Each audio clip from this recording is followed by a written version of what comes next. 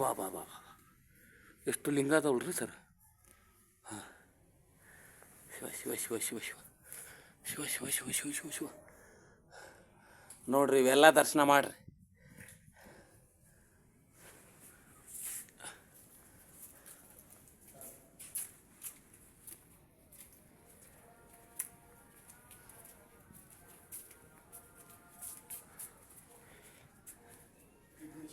ವಿಘ್ನೇಶ್ವರ ನೋಡ್ರಿ, ಇದು ವಿಘ್ನೇಶ್ವರ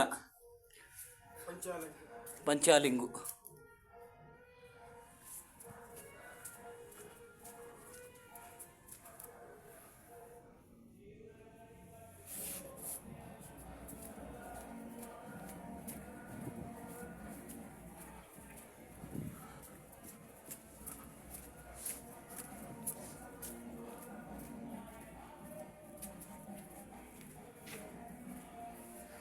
ಈಗ ನಾವು ದೇವಸ್ಥಾನದಿಂದ ಪ್ರಥಮ ಒಂದು ರೌಂಡ್ ಪ್ರದಕ್ಷಿಣೆ ಕಂಡು ತಿರ್ಗಾ ಚತುರ್ಮುಖ ಬಸವಣ್ಣ ಹತ್ರ ಬಂದಿದ್ವಿ.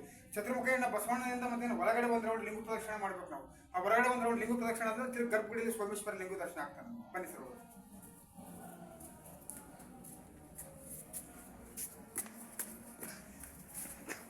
ಇದು 2ನೇ ಸುತ್ತಿನ ಲಿಂಗು.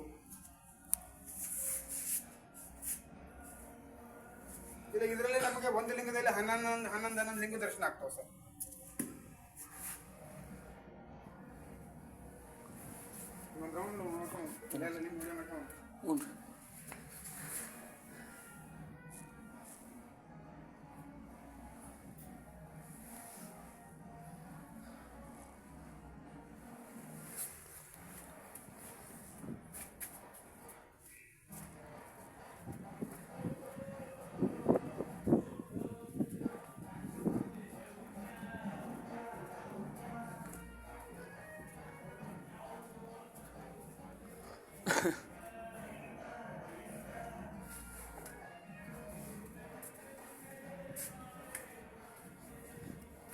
ಇವಾಗ ನಾವೆಲ್ಲ 11 ಲಿಂಗ ದರ್ಶನ ಮಾಡ್ಕೊಂಡ್ಬಂದಿದ್ದೆ. ಇದು ಅರಿವಾಣ ಅಂತ.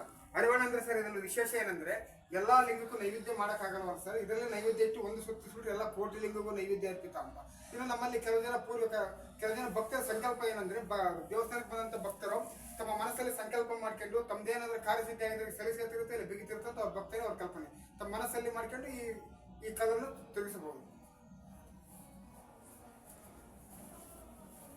ಇನ್ನು ಇವಾಗ ನಾವು ಗರ್ಭಗುಡಿ ಒಳಗಡೆ ಹೋಗ್ಬೇಕಾದ್ರೆ ತಿರ್ಗಾ 3 ಫುಟ್ ಡೀಪಲ್ಲಿ ಇಳಿಬೇಕು ನಾವು. ಗರ್ಭಗುಡಿ 3 ಫುಟ್ ಇಳಿಯೋ ಮುಂಚೆ ನಮಗೆ ಮೊದಲನೇದಾಗಿ ಅಂದ್ರೆ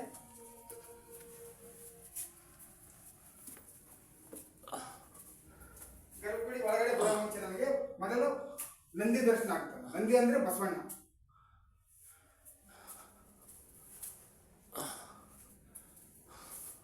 ಇದು ನಂದಿ ವಿಗ್ರಹ. ನಂದಿ ಮುಂದೆ ಕಲ್ಯಾಣಿ ಅಂದ್ರೆ ಬಾಲ.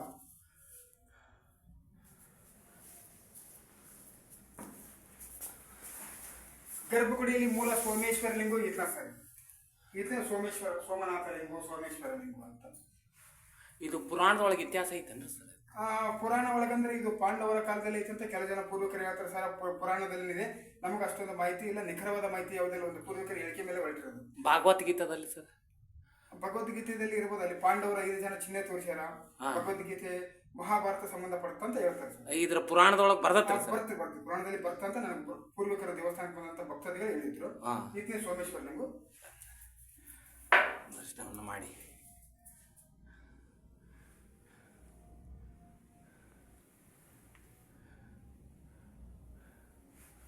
ನಮ್ಮ ಇದು ಎಲ್ಲಿ ಬರ್ತದೆ ನಮ್ಮ ಸರ್? ಕರ್ನಾಟಕದಿಂದ ಬೆಂಗಳೂರಿಂದ ಬರಬೇಕಾದ್ರೆ ಎಷ್ಟು ಕಿಲೋಮೀಟ್ರ್? ಬೆಂಗಳೂರಿಂದ ಇಲ್ಲಿ ತಾವರಗೆರೆ ಬರಬೇಕು ಅಂತ ಯಾವ ಜಿಲ್ಲೆದಾಗ ಬರುತ್ತೆ ಅಂತ ಹೇಳ್ಬಿಡ್ರಿ ಸರ್. ಇದು ನಮ್ಮ ಕರ್ನಾಟಕದಲ್ಲಿ ಕೊಪ್ಪಳ ಜಿಲ್ಲೆ ಕುಷ್ಟಗಿ ತಾಲೂಕು ಪುರ ಗ್ರಾಮ ಅಂತ.